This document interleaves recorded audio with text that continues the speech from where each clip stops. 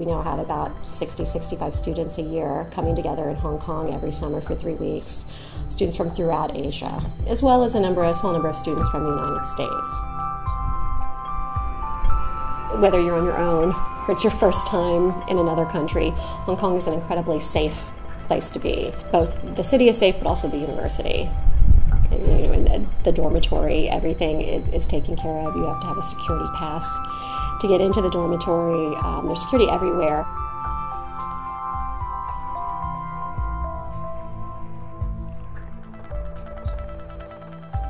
I think another great benefit for a program like this is that English is the language of our academic course. So obviously everyone coming to this program speaks fluent English.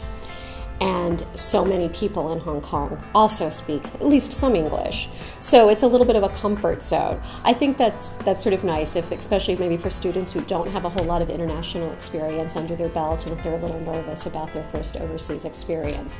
I think Hong Kong and the people of Hong Kong make it a very easy transition. I think Hong Kong, we think of it as a bridge between East and West, and also maybe a bridge between the old and the new. And that's always been very intriguing to us. In a short amount of time, you're able to interact with students from a number of countries in the region. So here in Hong Kong, for example, we have 17 countries represented this summer. So in 3 weeks, what an amazing opportunity to learn from, learn with people from so many countries and cultures within Asia.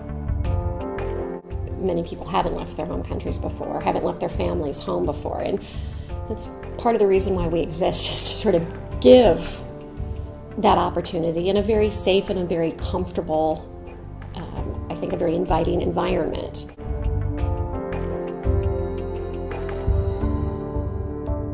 Obviously, I think TFAS has the best faculty, I think we have the best guest lecture series, but I think we also have the best students. It's very competitive. People who come here speak multiple languages, have some incredible experience in their home countries and sometimes abroad as well. So the students who apply to us are very serious. We also do interviews with every student. And so you get a student body, which you don't necessarily get at your home university. You're getting a specific group of people who are choosing to come and study with us, who feel very, very passionately about coming to this program, and I think it makes a world of difference. I think fair trial right is the most important one because it can give us the very secure state and also a very, certainty one in our society. And here is the statement that we would like to stipulate in our Bill of Rights, and now I want to read it to all of you. The individual So in order to uplift individuality and restore the social fabric, we come up with one of the fundamental to our Declaration of Rights is the right to life, liberty, ownership of property, and self-determination. And this right, what do you mean by that? Everyone wants to be here. Everyone's excited about the learning. Everyone's excited about teaching, I think, because as much as I think our students learn from the outstanding faculty and guest lecturers, by the end of the program, they learn just as much from their colleagues in the classroom. Okay, good day everybody. We are the citizens of Group 2. That's the name of our country, and we are the drafters of the Bill of Rights. So just to give you an introduction of the process that we use a deliberative process to arrive at a consensus on rights. So a deliberative process is essentially where each of us... we've also adopted a Lockean and a Hayekian approach, and by that I mean that we believed in the natural rights theory, and we also wanted to have a lot of the decision making at the individual level.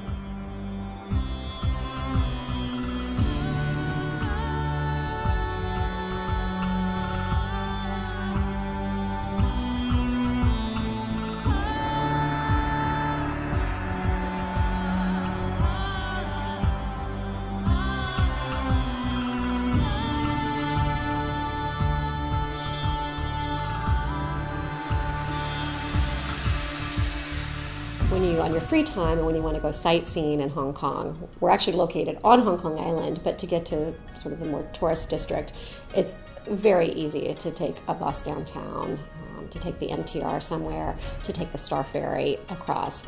And most students easily figure it out on their own because it's pretty efficient, pretty simple. But we also always do have a local Hong Kong resident who's assisting us all summer and lives on site with the students in case anyone has any questions or concerns. Please mind the gap.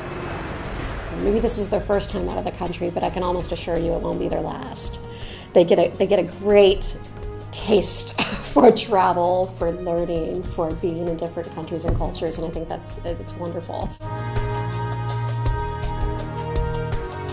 But in addition to that those sort of social friendships, you've really got potentially great professional contacts for the rest of your life. You have access not only to the other 60 students that you study with in your institute, right, but the hundreds and soon thousands who've gone through this program in Hong Kong as well. We have a network for you of TFAS alumni who want to help you. I always tell the students at the beginning of a TFAS program that this is the beginning, just the beginning of your relationship with the Fund for American Studies. Even the end of the program is really still just a beginning. We're not just reaching 60 students in Asia this summer. We're really reaching thousands because the skills and the knowledge that they learn here, they're going to take back to their colleagues at their home universities, to their communities, to their families. And so it's sort of geometric progression by just working with this small group of individual leaders because they are all leaders.